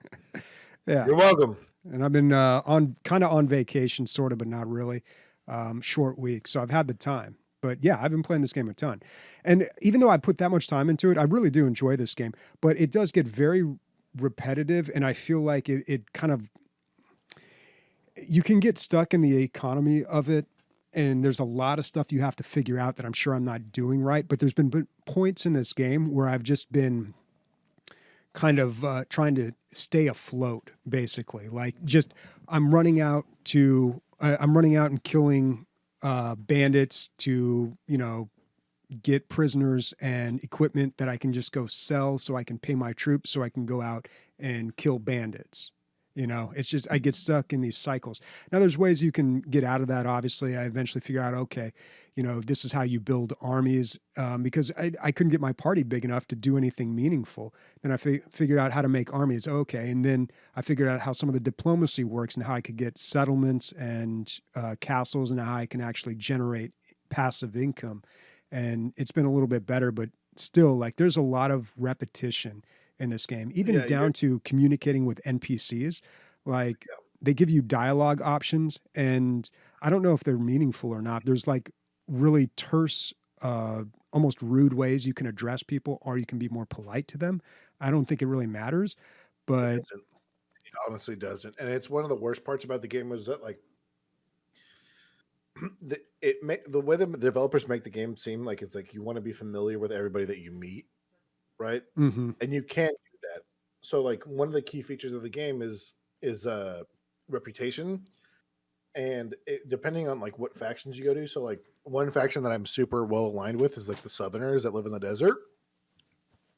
Because of the fact that I do so much stuff for them, I can start recruiting their like insanely high palace guards that one shot normal troops with a two-handed axe all the time.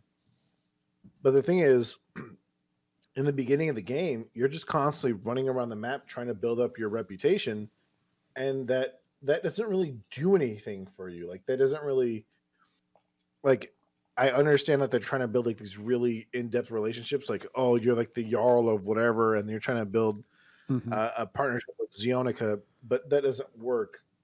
That doesn't happen until like the second, third, or the last part of the game, where it becomes like city and castle manager, and there's a big difference. Yeah, well, the reputation, I think, comes into play, especially with the people who form parties, because when you hire them to be in your army, you have to use influence points, and the better relation you have with them, the lower the influence points that are required to do that. And then also like vendors and stuff, that I think there's some benefits to that. But yeah, it's just, I don't know. It comes down to the clicks. Like, here's something that happens all the time. Like, I'll see a bandit party and I'll go chase them down and I'll just simulate the battle. So it's always the same thing. Like whatever I don't even read the dialogue anymore. I just click the top option. Yes, I want to attack. No, I don't accept. Or no, you can't join my party. I'm going to kill you. Okay. Click the fast forward button for the simulation battle. Click done. Okay. It's just like these repetitive things that I end up doing over and over again that I just. You could play them out. You're playing the actual story mode, right? You're not playing the. Mm-hmm. Yeah, I'm playing the campaign. It's not sandbox or anything. I did play some of the multiplayer, and the multiplayer is kind of interesting, but it's. I don't know. They do have some, like, you level up in the multiplayer, like your account levels up. So I don't know what that really gets you, but it just gets you bigger battles. Bigger battles? Yeah, as in like you're able to fight into different formats of battle, and you're able to have more troops. But other than that, you're like locked into like a general populace.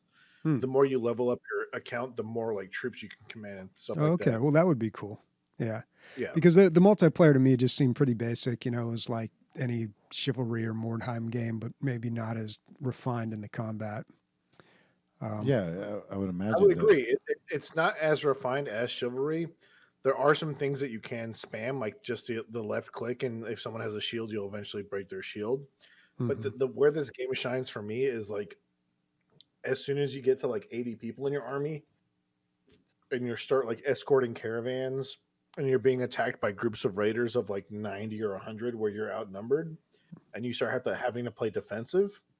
Yeah, I don't know, man. I'm way beyond that, dude. I'm commanding armies of like 1,200 people. Oh, Jesus Christ. Yeah, and taking over settlements and castles. Yeah. Yeah, dude, I'm deep into the game. By the way, all criticism, nonstop. No, I mean, it's a really good game, but there's just some super like I've spent 46 hours in the game, and I feel like that could meaningful gameplay, like it's honestly like maybe 2/3 of that. Right. Like there's a lot of shit you could shave off just to make this. And if you understood the game like 100%. Yeah, and you know, part of the fun of the game is figuring that stuff out, and then like, oh, okay, now I'm being more effective here. But the other thing too is like, I think this is like because it's in beta, but there's some things that just are not. Like I'll make a change, like my loyalty. You have to keep your loyalty up in the castles and the settlements. You know, basically like so the people like you, and you can actually get stuff done and build things in there. And it'll tell you like, oh, you have -1 loyalty because the governor you put here is from a different area than this, and the people just don't like him. So I'm like, okay, I'll switch that guy out and put somebody else in. But there's no way that I can tell like, oh, will they like this guy? I have to put him in, and then I have to hit the play button and let time skip forward a little bit. And how then would you know though? We're going for realism here, I mean, really? Well, I mean, I could assume that I could look on the guy's character sheet and figure out where. Did Christian come with a character sheet when we hired him? No, we didn't know any of his references. And now I'm super let down, and we're stuck with him. I wish he had one. No, I mean, you can't go too far into realism. Otherwise, the game just becomes not fun. I mean, there's got to be some things. But the point that I'm trying to make is sometimes the information on the screen doesn't update immediately when you make changes. So it's really hard to tell, like, if what you're doing is effective. Like, in order for your party or your army to move, you have to have enough horses. Other factors affect it too. Like, do you have a whole lot of prisoners that you're carrying as well? But it doesn't tell you like if it says like that my cavalry is really low, then I'll buy a bunch of horses. But it doesn't immediately update that and say, okay, now you're good. I don't know at what point it does update that. Like eventually it'll just tell me, I guess. But I don't know. There's just weird things about this game that I feel like need to be refined. Are they going for realism though? Like, would you know when the horses arrive? Stuff. I don't know, Seriously. dude. You could play that card with anything. Though. No, I feel like this is really what they're going for. They're really going for like a feudal. Like you wouldn't know.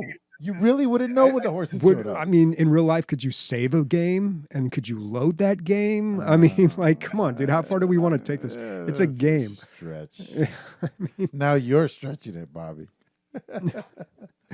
What I want to hear though is it seems like you've played this game the most out of any other game of the weeks. You know, normally as far as game of the weeks, I give it anywhere between 3 to 5 hours to really get a real feel for it. No, you don't. I put You're lying, dude. You put 2 hours tops. And some of the games that I don't give a fuck about that are terrible. Who's up, by the way? It's Bob. Oh, it is I think me. It's me because I think it is you. Yeah, it's me. I think. Yeah, Okay. I got a good one. Okay.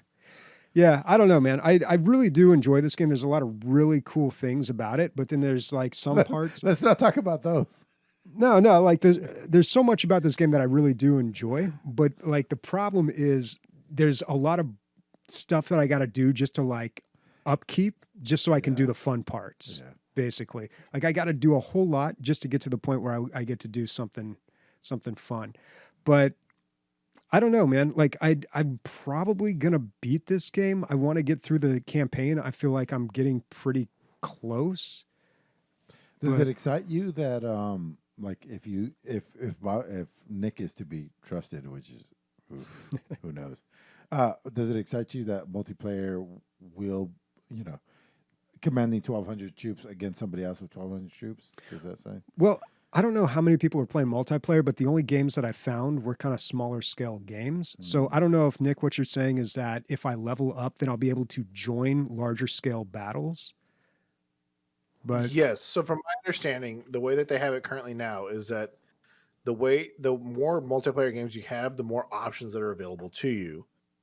And so the more you play, the more you level up, the more units you can command. I do know that once they get to 1.0, they want to get to the point where the whole map is available for everybody, and you start getting to like, what is it called, where like each person starts a fiefdom, or each person is a mercenary group. Does that make sense? okay. Yeah, I mean, that would be cool. I would love to see a multiplayer game that was that incorporated more of the strategy side of this as opposed to just the combat. But I don't know, man. Like, it is a good game. I'm going to continue playing it. That's saying a lot. What about you, Emilio? What did you think? I think it is too much for a guy with 2 kids, 2 dogs, 2 cats. Like, yes, if I had a ton of time to kill, this would be or if I was on vacation, yeah, something like this. But it's just too much for me. There's nothing bad about it. The game is providing too much. It's like that girl that's getting cummed on too much. She's like, oh yeah, it's starting off good, and it's like, oh god, and halfway through, this is way too much. I can't handle this. That's where I'm at. I got that face. There's too many features. Too much, not depth. Too much depth. Yeah, too much. Too depth. much cum. Yeah, too much cum. Let's go with that. That's what I was. This game has far too much cum. No one asked me, and I'm going to give my opinion anyways. I will be playing. No, I will be playing the shit out of this at a date soon after I finish Treasures of Nadia. Why? Because it seems like everything I want in a game in one place. Christian, if you could, I would love also for a review of Rianne, of your review of Treasures of Nadia. Just her idea of you playing. She has to watch you play. I don't know if this is going to be a good idea or a great idea. Oh, I guess. Also, I Christian, guess. Can we do family share? Because I want to see the hours played in your achievements. That's what he's talking about. Because I want to do some family share incest, dude. No, you can't have my family share because you won't appreciate the fishing mechanics and the treasure hunting mini game. You're just gonna go straight for the cum like you always do. Yeah, straight for the net. We'll review both sides. This game is no Mountain Blade Bannerlord 2. Okay, it's not just about a lot of cum. Okay, gotcha. Okay. All right. Well, we're at about an hour 40 here. I don't know if we want to skip on to the listener questions, and then we'll everything we had for Red. And our review of Mountain Blade Bannerlord. Bobby, recommend or not recommend? I'd recommend this game. With the caveat that you do have to have a lot of time, and you have to expect that there's a lot of learning in this game. You're going to have to figure out a lot of things. And still, even at that, see, I'd like to restart and play this game again and just see how much faster it goes to see how, like, if that really affects it. But I do feel like there's a lot of fluff in this game. Oh, you did restart? Okay. I did restart after the first game, and I got annihilated by a group of like 200 guys. When I had like 22 under my command, I was like, yeah, I'm going to restart. Yeah. But I will say this game is doing something that I've never played a game like this. This is a completely unique gaming experience. Like it's mixing a lot of genres here in a really interesting way, and it does it effectively. You've never seen so much cum, ever. Apparently the modding community is really big for it. Oh, that's what I was going to tell you, Bobby. Yeah, and I haven't looked into mods. There is no mods on multiplayer, so that came up, I think, last episode. Oh, yeah, you can't do that. Yeah, but, well, sometimes there's mods, but you have to have the mod installed because I was having trouble finding multiplayer games. But, yeah, and maybe I should look into that because I imagine there's a lot of mods out there that maybe fix some of the problems. Like there's maybe like an auto resolve for the battles that just or auto Quality like of life stuff. yeah, just things that fix some of I these know there's a minor diplomacy annoyances. mod that's like a must download that a lot of people say after your first playthrough, Oh, which mod? where it's a diplomacy mod Okay. where you can do diplomacy without having to actually be there in certain cities. What it is that if you're a certain distance away, you can send a messenger to the city and you can accept and deny quests from that distance. And then there's Okay. other like diplomacy factors in the mod itself. It's like one of the number one recommended mods. It's just called diplomacy. And It's on Steam Workshop. in Skyrim forever, there was a mod called like, fuck, I don't remember what it's called, but it was like the mod. You needed to have this mod. It was the starting mod because it fixed all the bugs and it is like smoothed out the game and it did all this stuff. And I'm sure there's something similar, if not, you know. And this doesn't use the Steam Workshop. This uses Nexus mods. I can't log into the Steam Workshop. Yeah, This is all what's I'm on pretty there. sure it's both. Okay. Because I've seen people screenshot with mods. One of the most popular mods is actually a Warhammer fantasy mod. yeah, That's good. Okay, cool. All right. Emilio, for you, recommend or not recommend? On my very limited amount of gameplay time that I got, I enjoyed what I played. Yes. Nice. For me, it's a recommend. So 3 out of 3. Yeah. Middle-aged Twice dude. in a row, by the way. There's a gay marriage mod. So, so my next one is only because Pancakes gave us both a copy. Bobby, did you get your copy? Don't think so. Of what? Of well, the subtext is Sandstorm. What is it? Fuck, I know. Insurgency? Insurgency. Sandstorm. Yeah. I might already That's have that game. one of the best shooters of all time. I don't know if I know I have Insurgency. I don't know if I have Sandstorm. Okay. It's the DLC for it. Yeah, but I feel like Sandstorm was more popular than Insurgency was. It is. Am I right there? It is. Yeah. So that's the one for next week. Okay. Okay. We'll put it in Sandstorm. I've got I'm 300 excited. hours in Insurgency Sandstorm. You guys Oh, are in boy. for Speaking for about a too much treat. cum, Oh my god. you just come to How much cum do I get from Insurgency Sandstorm? Are we going to call it right there? Yeah, let's go to our listener questions. I think we only have one here and then we'll wrap it up. All right. Only listener question is coming from Burn Division. Any PC gaming New Year's resolutions or simply any hopes for PC gaming this year? Oh, well, my hopes are that I can play more. I don't know how physically that's going to happen. Maybe with the Steam Deck, if that is what it says it's going to be. You know? It's going to be interesting when that comes out. Yeah, fuck yeah, man. It might change my life. It really might. Could. I mean, for your situation, yeah. Yeah. It wouldn't really serve any purpose for me, but I could see that being really useful for some people. I've been throwing around the idea of building a new computer recently, picking out the parts, seeing what's out there. But not only are graphics cards just like totally screwed right now, but also DDR5 RAM, which I think has been out for a scalper while. market right now. Yeah, like you can't. You can find it for like $1,000. Is that also a fucking like a Bitcoin mining thing? RAM? I don't think so. I don't think Maybe. so either. I don't. I just know video cards are important. I don't know anything about RAM. Oh, to be it's honest. probably. I'm just throwing shit out there. Maybe the same components go into both. So like the That's same possible. materials go into, and that's what there's a chip shortage, so they probably can't make the RAM because it takes the same components. I don't know, but I don't know. I really don't know if it's going to happen this year because I just refuse to pay that much for hardware. It's absolutely ridiculous to pay so Pre-built, much. dude. You would not go pre-built. I mean, you can. No, I have too many specific needs to do a pre-built. I would have to buy a pre-built, take the graphics card out, and then find a use for that pre-built. So I don't know. It would be tough. Why? Because I wouldn't want.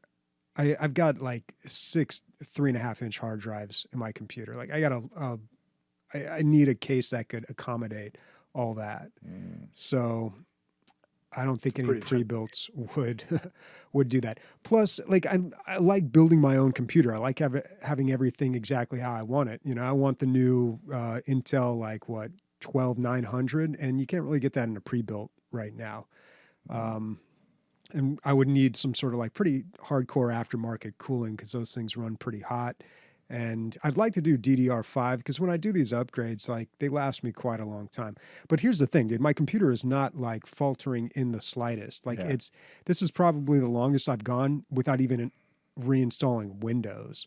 So I don't know. I should probably just ride it out on this one, but I don't know. So I don't know. We'll see what happens. It depends on. I've heard rumors that the chip shortage and things are going to change, and Nvidia is going to announce that new 4000 series of Y. Nobody can even get a 3000 series, but things could change this year, and we'll see what happens. But that's my biggest wish for PC gaming in the new year is that we can figure out this stupid hardware situation.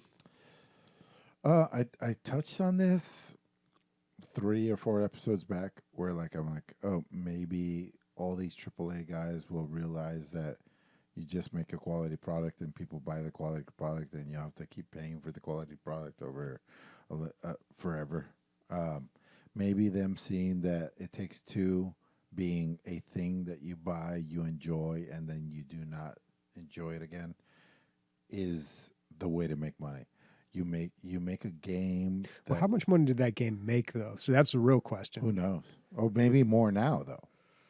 Yeah, I mean, it's got a lot of.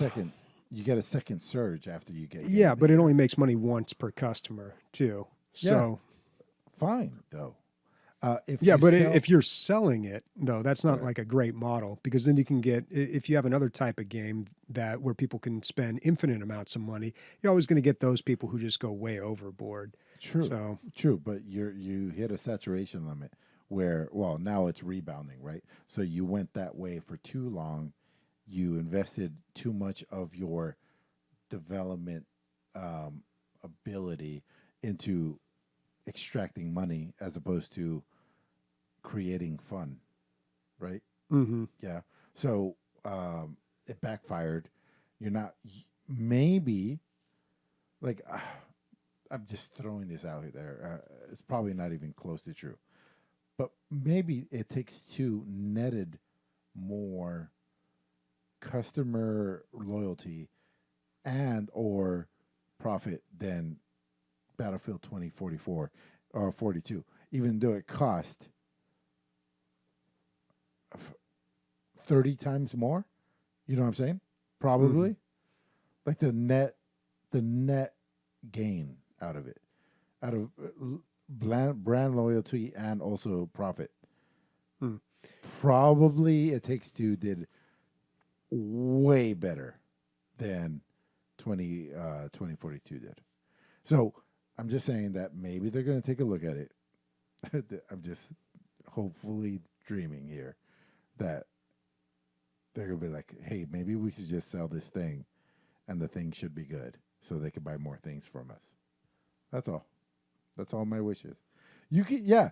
I don't know. I don't know if I see the It Takes Two shaking up the industry like that. I'd be interested to know how much money that game actually made.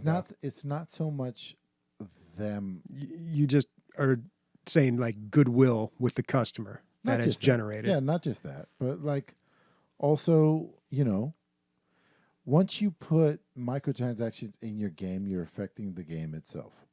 Mm-hmm. Just period. And you're making a worse product almost always. Nobody's thank God they put microtransactions in this because it wasn't good on its own. Yeah, I feel like the repercussions are being felt financially. That's all I'm saying. Okay. So it said It Takes Two sold 2 million copies. But wasn't there was some article, I think it was about Battlefield, where they were talking about how disappointed they were that it only sold 7 million or something like that. I don't know. I feel like when you get into these Battlefield Call of Duty games, you're in a whole nother stratosphere. You are. But there's a decline. There's clearly a decline of popularity and interest It's not ramping up. They're not making more and more money every year. They're making less and less money for the money that they're putting in, I think. Yeah, I don't know, because there's a lot of console players out there that I'm not really in touch with, that I think that's where most of the money's coming up from for games like these. Yeah. Yeah. All right. Well, hopefully something happens. That's good. All right. What's everyone playing next week? More fucking Bannerlord, bro. Bobby, It's what's a real shame is that game's not co-op. That'd really sell it for me. But I mean, it depends on what level, right? Because if you're playing at the low level where you're just finding a few dudes in a field, that would be fun. Mm-hmm. But if a whole imagine me and Bobby like commanding like 500 troops each.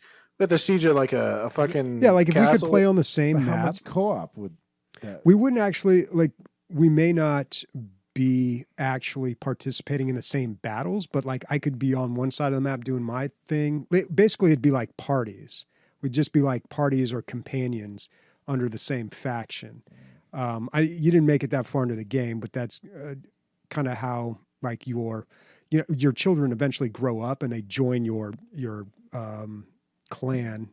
There's a clan tab, and that's where you have like also the people that you recruit as companions. But that's kind of how I would see the co-op. I don't think they have any plans to do any co-op, do they?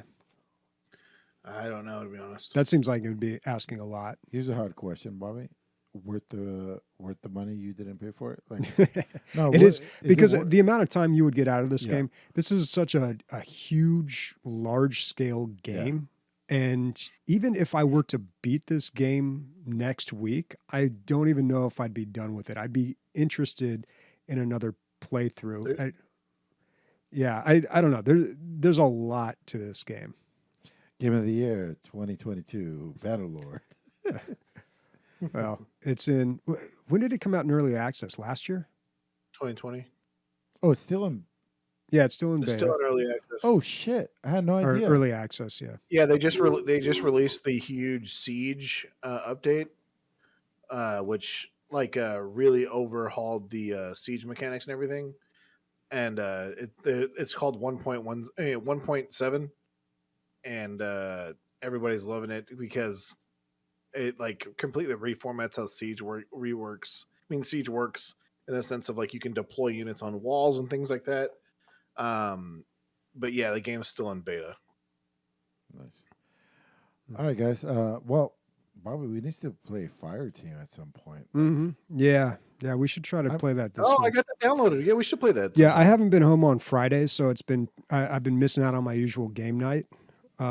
But I believe with my schedule, like going back to work, I think I'm going to be home on Fridays. I'm going to be up late tonight. Is there any chance? Nah, I got to go back to work tomorrow. Yeah.